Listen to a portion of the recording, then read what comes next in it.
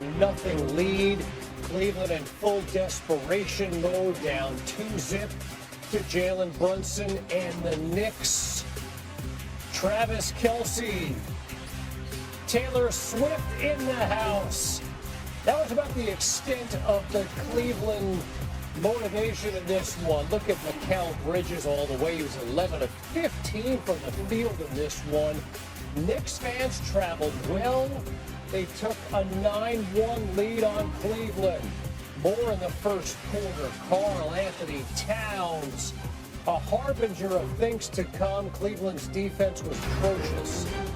Midway through the second quarter, James Harden to the paint. Spin cycle. Harden had 19.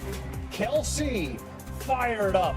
Cleveland within 2. And then a couple of possessions later, Harden all the way down Broadway to tie it at 48. Offense wasn't the problem for the Cavs. It was defense. Look at Jalen Brunson right to the cup. Brunson had 38 in game 1. He had 14 assists in game 2. In game 3, he did a little bit of everything, getting to his spot, knocking it down. Knicks in front at the break, 8-1 in the postseason when leading at halftime. Cleveland 3-6 when trailing at the half. Knicks led it by 6 at the intermission. Third quarter, more from New York. In transition, OG Anunoby to Bridges, one of 27 assists for the Knicks in this game. Midway through the third, Anunoby, what a weapon he is. You figure you got to account for Brunson and Towns. Anunoby does it all, and then Brunson to the cup. Knicks pulling away in front by 12. A minute to go in the third.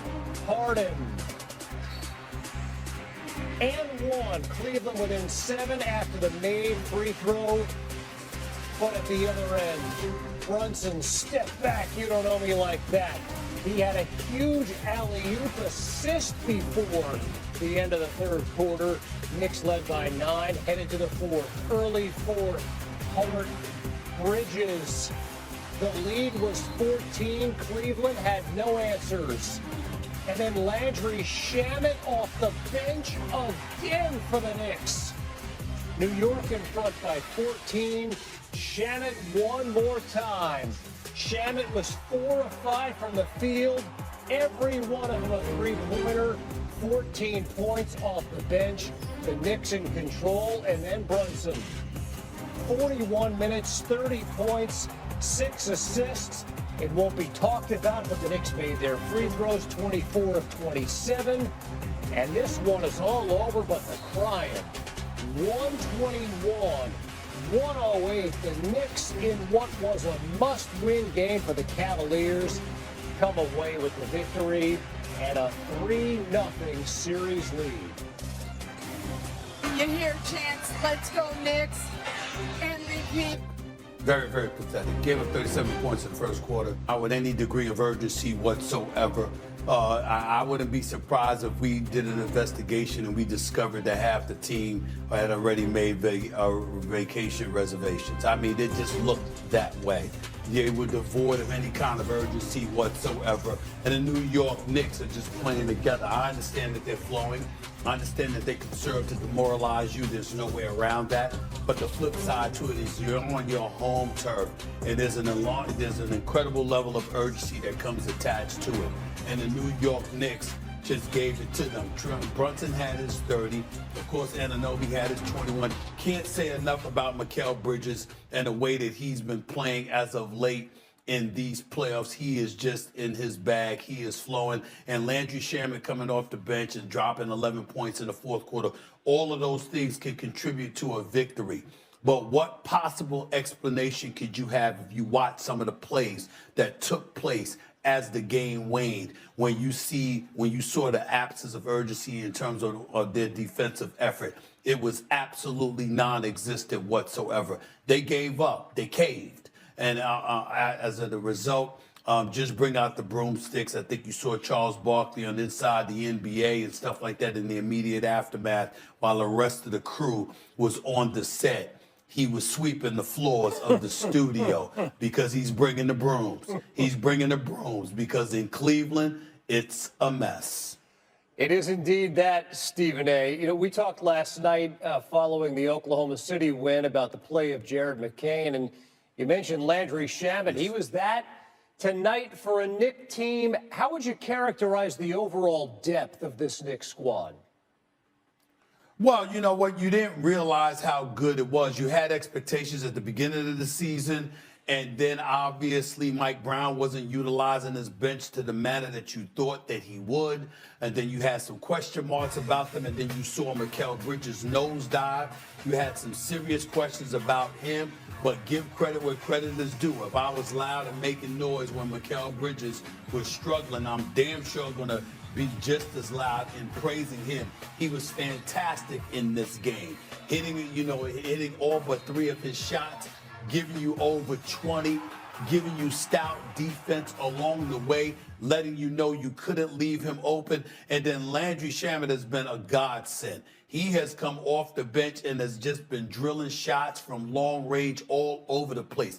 That has opened things up for a guy like Jalen Brunson to operate. It's opened things up for Karl Anthony Towns to be the facilitator that he is. And because it's pulling people away from the basket, it's even giving the likes of Karl Anthony Towns and Mitchell Robinson and OG Anunoby room to operate on the interior, which again can serve to demoralize the Cleveland Cavaliers as it has shown. But you still don't expect a team trying to get to the NBA Finals to look so lethargic defensively.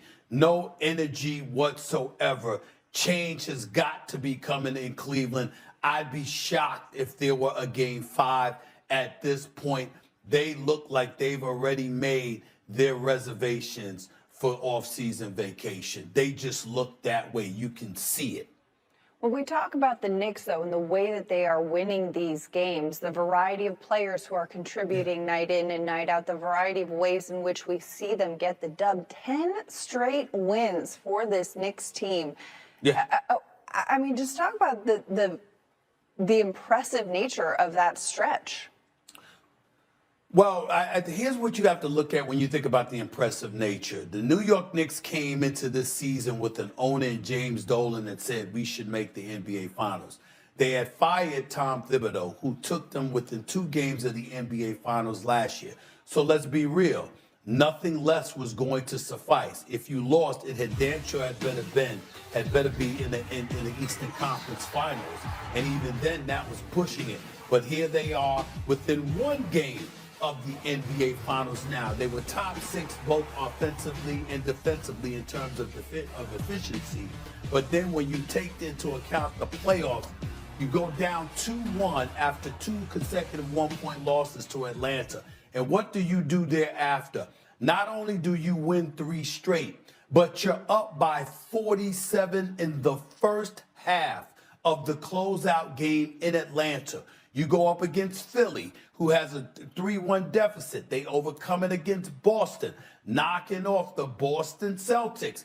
And it's supposed to be a legitimate series. You sweep them, not just beat them. You sweep them, and you blow them out their own building in a closeout game. And now here you are having won a 3rd straight game against a Cleveland Cavaliers team, albeit back-to-back 7-game series against Orlando and Detroit, obviously. But in the end, what it comes down to is that the Knicks are a superior team because they are a team, not a compilation of individuals with a point guard in James Harden who can't seem to play beyond the pick and roll, with a guy in Donovan Mitchell who seems completely exasperated and exhausted and overwhelmed, with big men in Jared Allen and Evan Mobley who haven't been utilized well enough by a coach who was wide